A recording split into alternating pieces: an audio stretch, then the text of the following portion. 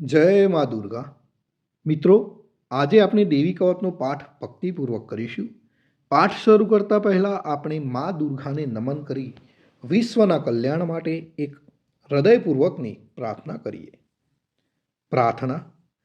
હે જગદંબા મા, તમે જ સર્વ જગતની જનની છો. તમે જ સર્વમાં વ્યાપ્ત છો. તમારા આશીર્વાદથી સમગ્ર વિશ્વમાં શાંતિ, પ્રેમ અને સુખ ફેલાય છે. જે દુઃખી છે તેમને તમે આશા આપો, જે ભ્રમિત છે તેમને માર્ગદર્શન આપો, અને જે તમારી શરણમાં આવે છે તેમનું તમે રક્ષણ કરો.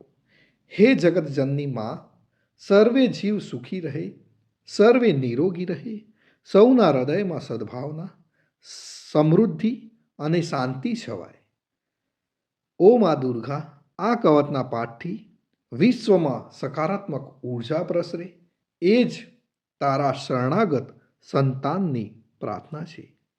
તો મિત્રો, હવે આપણે દેવીનું કવચ અધૂરું ન છોડતા સંપૂર્ણ સાંભળીશું. અને મિત્રો, તમે જો આ ચેનલ ઉપર નવા હો તો ચેનલને જરૂરથી સબસ્ક્રાઈબ કરજો અને કોમેન્ટની અંદર જય માતાજી લખવાનું ભૂલશો નહીં. તો આપણે શરૂ કરીએ છીએ મિત્રો દેવી કવચ. માર્કંડેય કહે, હે પિતામહ, આ લોક વિશે જે કંઈ ગુપ્ત અને ઉત્તમ હોય, મનુષ્યની સર્વ પ્રકારે રક્ષા કરનાર હોય, અને આપે અત્યાર સુધી કોઈને ન કહ્યું હોય તેવું મને કહો. બ્રહ્માજી કહે છે, હે વિપ્ર, અત્યંત ગુપ્ત અને પ્રાણી માત્ર ને ઉપકારક તેમજ પવિત્ર એવું દેવી કવચ છે, જે તમે સાંભળો. પ્રથમ શૈલીપુત્રી, બીજા બ્રહ્મચારિણી, ત્રીજા ચંદ્રઘંટા, ચોથા દેવી કુષ્માંડા અને પાંચમા દેવી સ્કંદ માતા છે. છઠ્ઠા દેવી ક્યાત્યાની, સાતમા દેવી કાલરાત્રિ, આઠમા દેવી મહાગૌરી તથા નવમા સિદ્ધિદાત્રી છે. આ દેવીઓ નવ દુર્ગા કહેવાય છે. તેમના આ નામો મહાત્મા બ્રહ્માએ કયા છે. જે માનવી અગ્નિથી બળતો હોય, રણ સંગ્રામમાં શત્રુથી ઘેરાયેલો હોય અને કઠિન અને વિકટ સ્થિતિમાં મુકાયેલો હોય, તે આ કવચનો પાઠ કરીને નવ દુર્ગાના શરણે જાય તો તેનું કશુંય અમંગળ ન થતાં બધી જ આપત્તિમાંથી મુક્ત થાય છે. તેને શોક, દુઃખ અને ભય આવતા નથી. જે મનુષ્ય ભક્તિથી દેવીનું સ્મરણ કરે છે તેની દરેક પ્રકારે અભિવૃદ્ધિ થાય છે. હે દેવેશ્વરી, જે તમારું સ્મરણ કરે છે તેમનું તમે રક્ષણ કરો છો, તેમાં કોઈ શંકાને સ્થાન નથી. પ્રેત પાડા ઉપર બેઠેલ દેવી ચામુંડા, મહિષ પાડા ઉપર બેઠેલ દેવી વારાહી, હાથી ઉપર આરૂઢ દેવી એન્દ્રી અને ગરુડ ઉપર બેઠેલા દેવી વૈષ્ણવી શક્તિ છે. વૃષભ પોઠિયા ઉપર આરૂઢ દેવી મહેશ્વરી છે અને મોરના વાહનવાળા દેવી કૌમારી છે. હસ્તમાં કમળને ધારણ કરનાર એવા હરિને પ્રિય દેવી લક્ષ્મી કમળના આસન ઉપર બેઠેલ છે અને શ્વેત રૂપ ધારણ કરનાર એવા વૃષભના વાહનવાળા દેવી ઐશ્વરી છે. સર્વ આભૂષણોથી સુશોભિત દેવી બ્રહ્માણી હંસ ઉપર બેઠેલ છે. આ બધી નવ શક્તિઓ યોગ શક્તિવાળી અને અનેક પ્રકારના અલંકારોથી તેમજ રત્નોથી શોભી રહી છે. આ સર્વ શક્તિઓ ક્રોધિત થઈ રથમાં બેઠેલ છે. એ શક્તિઓએ શંખ, ચક્ર, ગદા, શક્તિ, હળ, મુસળ, ભાલો, ફરસી, પાસ, બરછી, ત્રિશૂળ, ધનુષ્યબાણ આદિ આયુધો ધારણ કરેલ છે. તેઓ દૈત્યોના વિનાશ માટે અને ભક્તોને અભય કરવા માટે તેમજ દેવોનું કલ્યાણ કરવા માટે આમ કરેલ છે. હે દેવી મહારૌદ્રા, હે મહાઘોર પરાક્રમવાળા, હે મહાન બળવાળા, મહા ઉત્સાહવાળા અને મોટા ભયનો નાશ કરનારા એવા આપને હું પ્રણામ કરું છું. મુશ્કેલીથી જોઈ શકાય તેવા અને શત્રુઓનો ભય વધારનારા દેવી, મારું રક્ષણ કરો. પૂર્વમાં ઐન્દ્રી દેવી અને અગ્નેય કોણમાં આગ્નેય દેવી મારું રક્ષણ કરો. દક્ષિણમાં વારાહી દેવી, નૈઋત્ય કોણમાં ખડગધારિણી દેવી, પશ્ચિમમાં વારુણી દેવી અને વાયવ્ય કોણમાં મૃગવાહિની દેવી મારું રક્ષણ કરો. ઉત્તર દિશામાં કૌમારી દેવી, ઈશાન ખૂણામાં ત્રિશૂર ધારિણી દેવી, ઉપર આકાશ ભાગમાં બ્રહ્માણી દેવી અને નીચેના ભાગે વૈષ્ણવી દેવી મારું રક્ષણ કરો. આ રીતે પ્રેતના વાહનવાળા ચામુંડા દેવી, દસે દિશાઓમાં તેમજ મારી આગળની બાજુએ જયા દેવી અને પાછળની બાજુએ વિજયા દેવી મારું રક્ષણ કરો. મારી ડાબી બાજુએ અજિતા દેવી, મારી જમણી બાજુએ અપરિજિતા દેવી, મારી શિખાનું ઉદ્યોતિ દેવી રક્ષણ કરો. અને મારા મસ્તક ઉપર રહી ઉમાદેવી મારું રક્ષણ કરો. મારા કપાળનું માલાધારક દેવી, મારી ભ્રમરોનું યશસ્વીની દેવી, મારી ભ્રુકુટીનું ત્રિનેત્રા દેવી અને મારી નાસિકાનું યમઘંટા દેવી રક્ષણ કરો. મારા બે નેત્રોનું શંખીની દેવી રક્ષણ કરો. મારા બે કાનનું દ્વારવાસીની દેવી રક્ષણ કરો. બે ગાલોનું કાલિકા દેવી રક્ષણ કરો. અને કાનના મૂળનું સાંકરી દેવી રક્ષણ કરો. મારી નાસિકાના મધ્ય ભાગનું સુગંધા દેવી રક્ષણ કરો. ઉપરના હોઠનું ચર્ચિકા દેવી રક્ષણ કરો. નીચલા હોઠનું અમૃતકલા દેવી રક્ષણ કરો. અને મારી જીભનું સરસ્વતી દેવી રક્ષણ કરો. મારા દાંતનું કૌમારી દેવી રક્ષણ કરો. કંઠ પ્રદેશનું ચંડિકા દેવી રક્ષણ કરો. દાઢીના નીચેના ભાગનું ચિત્રઘંટા દેવી અને તાળવાનું મહામાયા દેવી રક્ષણ કરો. મારી દાઢીનું કામાક્ષી દેવી, વાણીનું સર્વમંગલા દેવી, ગળાનું ભદ્રકાળી દેવી અને કરોડરજ્જુનું ધનુર્ધરી દેવી રક્ષણ કરો. મારા કંઠના બહારના ભાગનું નીલગ્રીવા દેવી રક્ષણ કરો. અન્નનું નલકબૂરી દેવી રક્ષણ કરો. બે ખભાઓનો ખડગધારિણી દેવી રક્ષણ કરો. અને બે બાહુઓનું વ્રજધારિણી દેવી નિરંતર રક્ષણ કરો. મારા બે હાથોનું દંડિની દેવી રક્ષણ કરો. આંગળીઓનું અંબિકા દેવી રક્ષણ કરો. નખોનું સુલેશ્વરી દેવી રક્ષણ કરો. કુક્ષીનું નીલેશ્વરી દેવી રક્ષણ કરો. મારા સ્તનોનું મહાદેવી રક્ષણ કરો. મનનું શોકનાશક દેવી રક્ષણ કરો. હૃદયનું લલિતા દેવી રક્ષણ કરો.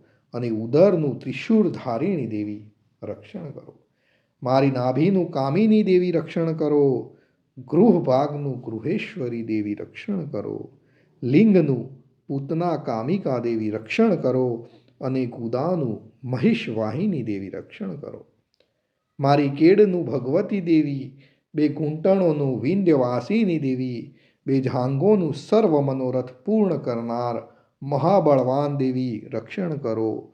મારી પગની કુંટીઓનું નારસી દેવી રક્ષણ કરો. પગના પાછળના ભાગનું તૈજસી દેવી રક્ષણ કરો. પગની આંગળીઓનું શ્રી દેવી અને પગના તળિયાનું તલવાસીની દેવી રક્ષણ કરો. મારા નખનું ત્રષ્ટા કરલી દેવી, કેસનું ઊંચા લાંબા કેસવાળા દેવી, રૂવાટાના છિદ્રોનું કોમરી દેવી અને ચામડીનું વાઘેશ્વરી દેવી રક્ષણ કરો. મારી લોહી, મજ્જા, ચરબી, માંસ, હાડકાનું પાર્વતી દેવી રક્ષણ કરો. મારા આંતરડાનું કાલરાત્રિ દેવી અને પિત્તનું મુક્તેશ્વરી દેવી રક્ષણ કરો. મારા હૃદય કમળમાં પદ્માવતી દેવી, કફનું ચૂડામણી દેવી, નખોના તેજનું જ્વાલામુખી દેવી અને સર્વ સાંધાઓનું અભેદા દેવી રક્ષણ કરો. મારા વીર્યનું બ્રહ્માણી દેવી, છાયાનું છત્રેશ્વરી દેવી, અહંકાર, મન, બુદ્ધિનું ધર્મચારિણી દેવી રક્ષણ કરો. મારા પ્રાણ, અપાન, વ્યાન, સમાન, ઉદાન એ પ્રાણોનું વ્રજ હસ્તા દેવી અને પ્રાણનું કલ્યાણ શોભના દેવી રક્ષા કરો. મારા રૂપ, રસ, ગંધ, શબ્દ, સ્પર્શનું યોગીની દેવી રક્ષણ કરો. અને સત્વ, રજ, તમ ગુણોનું નારાયણી દેવી નિરંતર રક્ષા કરો. મારા આયુષ્યનું વારાહી દેવી રક્ષણ કરો. ધર્મનું વૈષ્ણવી દેવી રક્ષણ કરો. અને યશ, કીર્તિ, લક્ષ્મી, વિદ્યાનું ચક્રિણી દેવી રક્ષણ કરો. મારા ગોત્રનું ઇન્દ્રાણી દેવી રક્ષણ કરો. મારા પશુઓનું ચંડિકા દેવી રક્ષણ કરો, મારા પુત્રોનું મહાલક્ષ્મી દેવી, અરે મારી પત્નીનું ભૈરવી દેવી રક્ષણ કરો.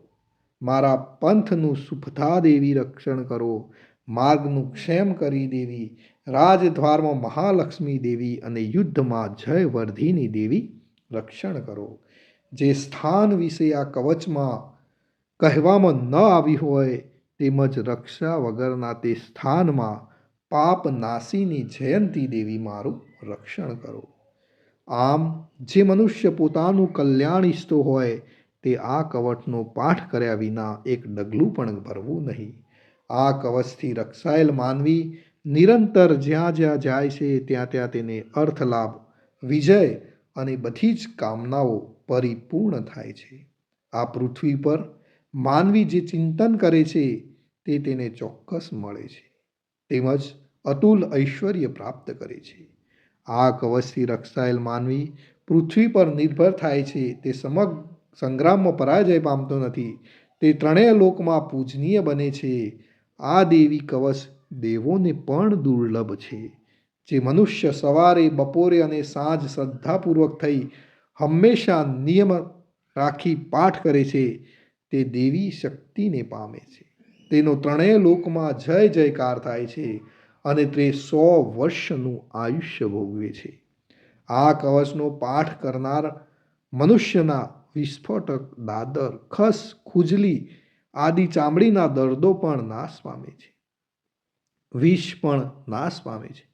મારણ, મોહન, ઉચ્ચાટન, મંત્ર, તંત્ર વિદ્યા, પૃથ્વી પરના, આકાશના, જળમાંના ઉત્પન્ન થનારા અને દંશ દેનારા જંતુઓ અને કુળના દુષ્ટ દેવતાઓથી થયેલ દોષો તેમજ માલા, શાકિની, ડાકિની, ક્રૂર ગ્રહો, ભૂત, પિશાચ, યજ્ઞ, ગંધર્વ, રાક્ષસો, બ્રહ્મ રાક્ષસો, વેતાલ, કુષ્માંડા, ભૈરવ આદિ વગેરેના દોષો, અશુભો આ કવચ ધારણ કરનારને લાગી શકતા નથી. તેના દર્શન માત્રથી જ નાશ પામે છે, અગર તો નાસી જાય છે. કવચ ધારણ કરનારને શ્રેષ્ઠ માન, તેજની વૃદ્ધિ, રાજ્ય, ઐશ્વર્ય અને કીર્તિ પ્રાપ્ત થાય છે. જે આ કવચનો પાઠ કર્યા પછી ચંડી પાઠ કરે છે તો તેનો યશ વધે છે. ત્યાં સુધી પર્વત, વન, ઉપવન સહિત પૃથ્વી રહે છે ત્યાં સુધી તેની પુત્ર પૌત્રાદિ સંતાન વંશ કાયમ રહે છે. મહામાયાની કૃપાથી તે મૃત્યુ બાદ પણ દેવોને દુર્લભ એવું શાશ્વત સ્થાન મેળવે છે. તે શ્રેષ્ઠ રૂપ મેળવીને શિવની સાથે આનંદ કરે છે.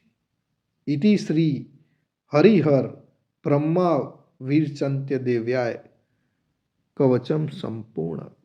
તો મિત્રો, આ હતું આપનું સર્વનું રક્ષણ કરનારું દેવી કવચ. આપણે નિત્ય દિવસમાં એકવાર દેવી કવચનો પાઠ જરૂરથી કરવો જોઈએ. મહાદેવી મા દુર્ગા સર્વનું રક્ષણ કરે. જય માતાજી. મિત્રો, કોમેન્ટની અંદર જય માતાજી લખવાનું ભૂલશો નહીં.